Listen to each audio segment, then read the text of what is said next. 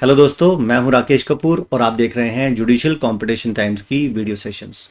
दोस्तों, इन दिनों में हम लोग इंडियन पीनल कोड की मोस्ट इंपॉर्टेंट क्वेश्चंस जिनका एग्जामिनेशन में आने के चांसेस काफ़ी ज़्यादा है उनको स्टडी कर रहे हैं। तो इस कॉन्टेक्स्ट में एक क्वेश्चन मैंने मॉर्निंग में आप लोगों से पूछा था और ये कहा था कि कमेंट बॉक्स में बताइएगा कि इसका सोल्यूशन क्या होना चाहिए। तो उसी क्वेश्चन का सोल्यूशन अब हम यहाँ पर डिस्कस करने वाले हैं। तो चलिए फटाफट बिना देरी किए सबसे पहले देख लेते हैं कि हमारे पास क्वेश्चन क्या था। क्वेश्चन बिल्कुल सिंपल था कि एक लड़का और एक लड़की होते हैं, उनका आपस में कुछ रिलेशनशिप होता है और लड़का ये सोचता है कि लड़की जो है ये प्रेग्नेंट है और ऐसा सोचकर वो उसे एक स्ट्रॉन्ग डोज मेडिसिन की दे देता है, लेकिन लड़की तो इनफैक्ट प्रेग्नेंट होती ही नहीं है। तो मेरा क्वेश्चन आपसे ये था कि बताइए इस कॉन्टेक्स्ट में क्या ऑफेंस बना है। तो इससे पहले हम इस सेशन को आगे बढ़ें, अगर आप मुझे फॉलो नहीं कर रहे हैं मेरे इंस्टाग्राम और मेरे यूट्यूब अकाउंट पर तो कर लीजिए, और वो सभी लोग जो जुडिशियल एग्जामिनेशंस की तैयारी कर रहे हैं वो मेरी वेबसाइट judicialcompetitiontimes.in पर विजिट करके वेरियस कोर्सेज को ज्वाइन कर सकते हैं। तो चलिए फटाफट आगे बढ़ते हैं और इस क्वेश्चन के सॉल्यूशन को देखते हैं।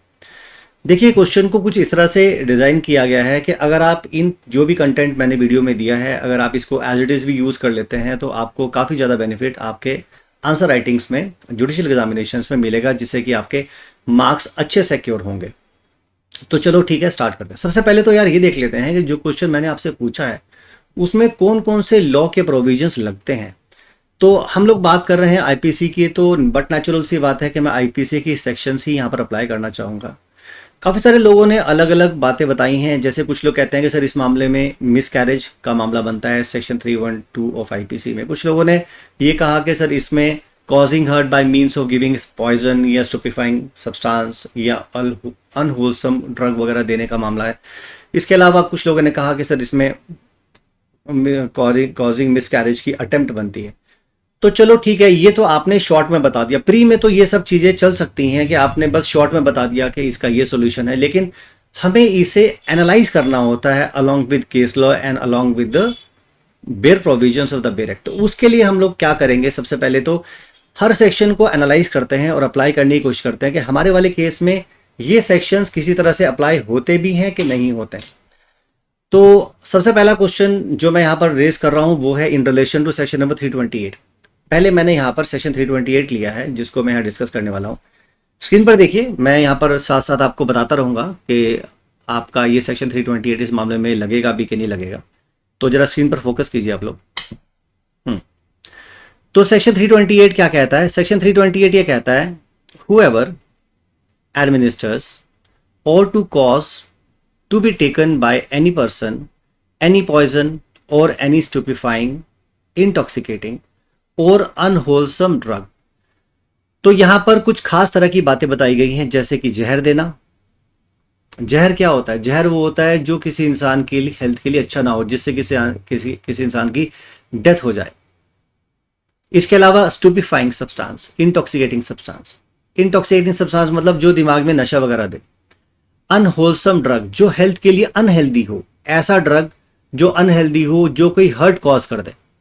और other thing with intent to cause hurt, या फिर कुछ और चीज दे दे इस इंटेंशन से कि उसे कोई हर्ट कॉज हो जाए to the person or with intent to commit or to facilitate the commission of an offence. तो ये जो भी, चाहे वो ड्रग्स हैं, चाहे वो पॉइजन है, चाहे वो इंटॉक्सिकेटिंग या अनहोलसम ड्रग है, या कोई और थिंग है, ये जो लिखा है ना other thing with intent to cause hurt, तो यहां पर जो अदर थिंग है ये एक स्ट्रॉन्ग डोज हो सकती है, वो एक अनहोलसम ड्रग भी हो सकती है, क्योंकि अनहोलसम ड्रग का मतलब ये हुआ कोई ऐसी ड्रग जो अनहेल्दी है और वो बॉडी को हर्ट कॉज कर सकती है।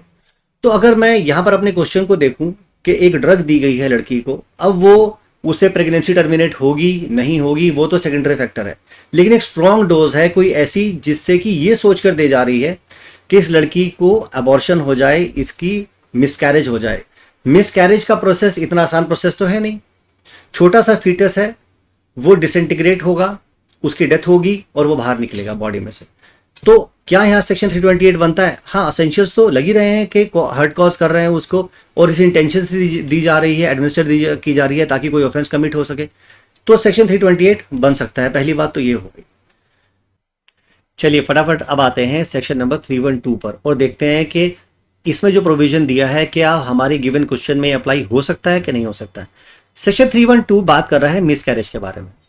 अगर मैं नटशेल में सेक्शन 312 के बारे में बात करूं तो सेक्शन 312 ये कहता है कि अगर कोई भी पर्सन वॉलंटरली किसी विमेन को जो कि जिसके पास चाइल्ड है, मतलब यानी कि वो प्रेग्नेंट है, उसको मिसकैरी करता है और ऐसा वो उसकी जिंदगी बचाने के लिए नहीं करता, यानी कि अगर कोई लड़की प्रेग्नेंट है उसका अबॉर्शन किया जाए उसकी लाइफ बचाने के लिए, अगर उसका मिसकैरेज किया जाए उसकी लाइफ बचाने के लिए, तब तो कोई ऑफेंस नहीं बनता। लेकिन अगर लड़की प्रेग्नेंट है और लड़की खुद से ही चाहे कंसेंट क्यों ना दे रही हो कि मेरा अबॉर्शन करवाना चाहती हूं मैं, तब भी सेक्शन 312 में ऑफेंस बनेगा, क्योंकि इसके एक्सप्लेनेशन में ये बात बताई गई है। मैंने डिस्कस यहां पर नीचे लिखा नहीं है, लेकिन मैं ओरली आपको बता रहा हूं यहां पर। तो यहां पर उस लड़के ने क्या उसको मिसकैरी करने की अटेम्प्ट की, इसको एनालाइज करेंगे हम लोग लेटर ऑन, क्योंकि सबसे पहले मुझे अटेम्प्ट को देखना पड़ेगा क्या हमारे पास सेक्शन 511 में कोई प्रोविजन दिया है इस कॉन्टेक्स्ट में या नहीं दिया, या हमारे पास मिसकैरेज को लेकर कोई पर्टिकुलर अटेम्प्ट के कॉन्टेक्स्ट में आईपीसी में कोई स्पेसिफिक प्रोविजन है या नहीं है। अगर होगा तो हम उसे कंसिडर 511 को नहीं करेंगे, अगर नहीं होगा तो फिर हमें 511 को ही कवर करना पड़ेगा। तो हमारे पास सेक्शन 511 ऑफ आईपीसी में अटेम्प्ट के बारे में बात की गई और सेक्शन 511 बिल्कुल सिंपल है। वो ये कहता है कि हमारे पूरे आईपीसी में अगर कहीं पर भी किसी पर्टिकुलर ऑफेंस की अटेम्प्ट स्पेसिफाइड नहीं है तब हमको सेक्शन 511 को इन्वोक करना होता है। और इस कॉन्टेक्स्ट में उन्होंने एक एग्जांपल भी दिया है, और एग्जांपल वो कह रहे हैं कि मान लो एक आदमी एक बॉक्स को ओपन कर लेता है तोड़कर, उसमें चोरी करने के आशय से कि मैं इसमें से कोई जेवल को चोरी कर लूंगा, लेकिन जब उसे खोलता है तो पता चलता है उसमें तो कोई जेवल ही नहीं है, तो क्या ऑफेंस बना? तो कहते हैं यहां पर अटेम्प्ट बन रही है। हमारे वाले केस में क्या हो रहा है, लड़की प्रेग्नेंट नहीं है लेकिन लड़का उस डोज को दे रहा है इस आशय से, इस इंटेंशन से वॉलंटरली दे रहा है कि मैं इस विमेन को मिसकैरी कराना चाहता हूं, इसका अबॉर्शन करना चाहता हूं। तो हाँ, यहां पर ये हमारा प्रोविजन लग सकता है क्योंकि सेम एग्जांपल हमारे पास यहां पर मौजूद है। तो चलो हम और आगे बढ़ते हैं और किसी जजमेंट से हेल्प लेते हैं, एक पर्टिकुलर केस लॉ की मदद से इस पूरे क्वेश्चन को डिकोड करने की कोशिश करते हैं। अब यहां पर हमारे पास एक केस है, केस का नाम है असगर अली प्रधानिया वर्सेस एम्परर, और ये मामला 1933 का है। अब इस केस में हुआ क्या, ध्यान से सुनिएगा जो बात मैं यहां बोलने वाला हूं। इस केस में कोर्ट ने अगर कोई भी अटेम्प्ट फेल हो जाए, एक तो होता है कि अटेम्प्ट कंप्लीट हो गई, अगर अटेम्प्ट कंप्लीट हो गई तो अटेम्प्ट बन गई। हो सकता है कि अटेम्प्ट भी फेल हो जाए, अटेम्प्ट पूरी कंप्लीट ना हो, तो वो कहते हैं इस कॉन्टेक्स्ट में हमारे पास दो टाइप के केसेस होते हैं। पहला केस वो कह रहे हैं वेयर द अक्यूज, ध्यान से देखिए स्क्रीन पर, where the accused has embarked on the course of conduct which if completes the action required to amount to offence, यानी कि कोई पर्सन, कोई भी accused person in the course of conduct कोई ऐसा एक्ट एम्बार्क्ड करता है, अगर वो कंप्लीट हो जाता तो ऑफेंस बन जाता। कोई व्यक्ति कोई ऐसा एक्ट कर रहा है, अगर वो कंप्लीट हो जाता तो वो ऑफेंस बन जाता। हाँ, तो इसी को तो हम अटेम्प्ट बोलते हैं, इसी को तो अटेम्प्ट बोलते हैं। तो ये तो पहला टाइप हो गया हमारे पास। दूसरा टाइप क्या है, दूसरा टाइप डिस्कस करने से पहले इसी पहले वाले टाइप का एक इलस्ट्रेशन देख लेते हैं।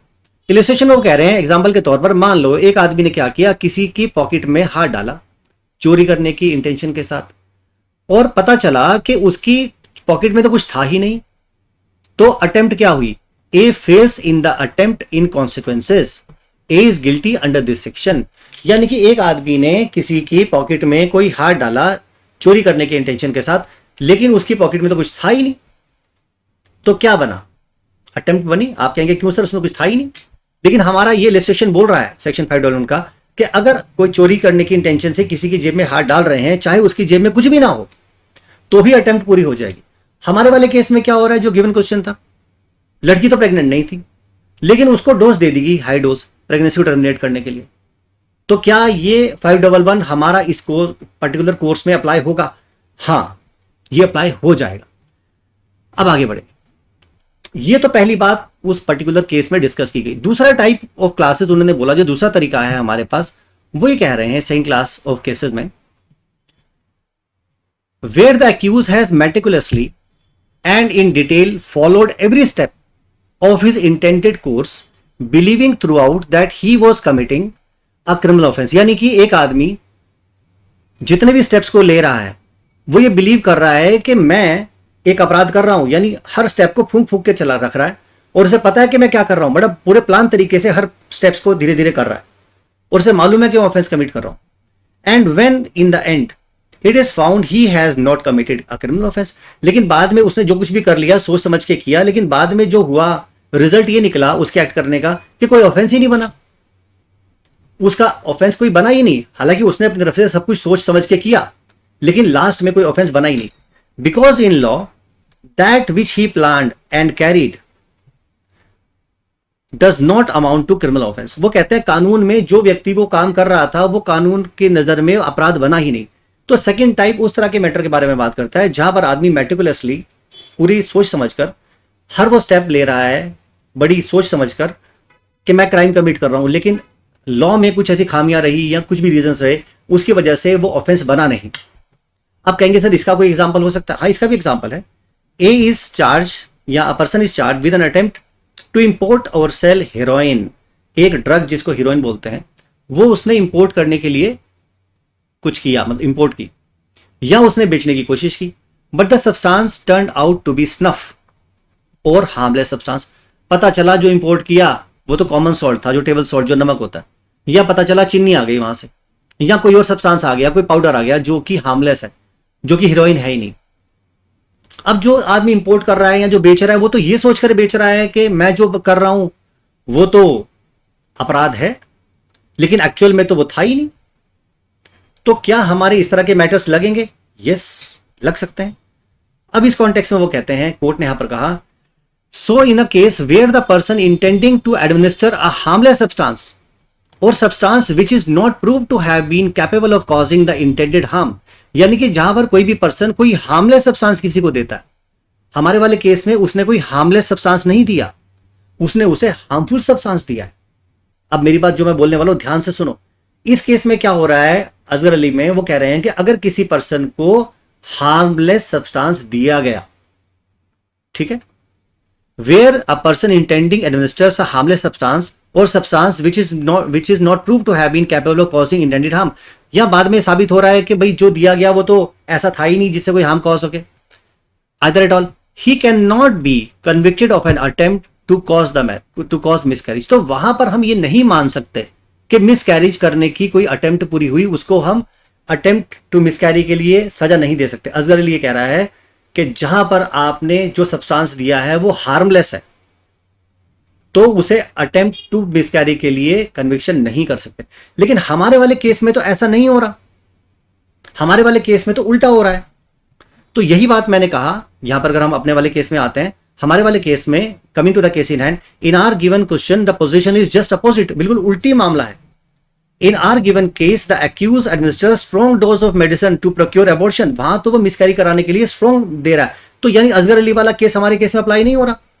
Therefore it is no defence that the women to whom the noxious thing was administered was not pregnant. तो अगर वो ये डिफेंस लेता है कि अरे भैया हमने अगर नॉक्शियस सब्सटेंस दे भी दिया, अगर हमने नॉक्शियस सब्सटेंस दे भी दिया तो लड़की तो प्रेग्नेंट नहीं थी, तो ऑफेंस क्या बना? यही बात यहां पर वो बोल रहे हैं कि अगर असगर अली वाला केस होता तो उसमें तो जो सब्सटेंस दिया है वो तो हार्मलेस था, इसलिए लड़की को अटेम्प्ट टू मिसकैरी के लिए सजा नहीं दी गई। लेकिन भाई साहब आप वाले मामले में तो स्ट्रॉन्ग सब्सटेंस दे रहे हैं आप, तो फिर अटेम्प्ट तो बनेगी, ये बात है। तो लास्ट में अगर मैं पूरा कंक्लूड करूं इस पूरे मैटर को देखकर, तो कौन कौन से ऑफेंसेस बनते हैं? देखिए, सबसे पहली बात तो यह है, क्या उसने उसे कोई ऐसा अनहोलसम ड्रग दिया या कोई ऐसा ड्रग दिया जो उसके लिए हेल्दी नहीं था, जो उसे हर्ट कॉज कर सकता था? हाँ, उसने दिया, तो सेक्शन 328 आईपीसी बन गया। 328 की अटेम्प्ट नहीं है, वो पूरा ऑफेंस बन रहा है 328 का। और जहां तक 312 का सवाल है, क्या उसने उसकी मिस कैरी करने का अटेम्प्ट कॉज किया? हाँ, तो 312 को हम 511 के साथ यहां पर रीड करें।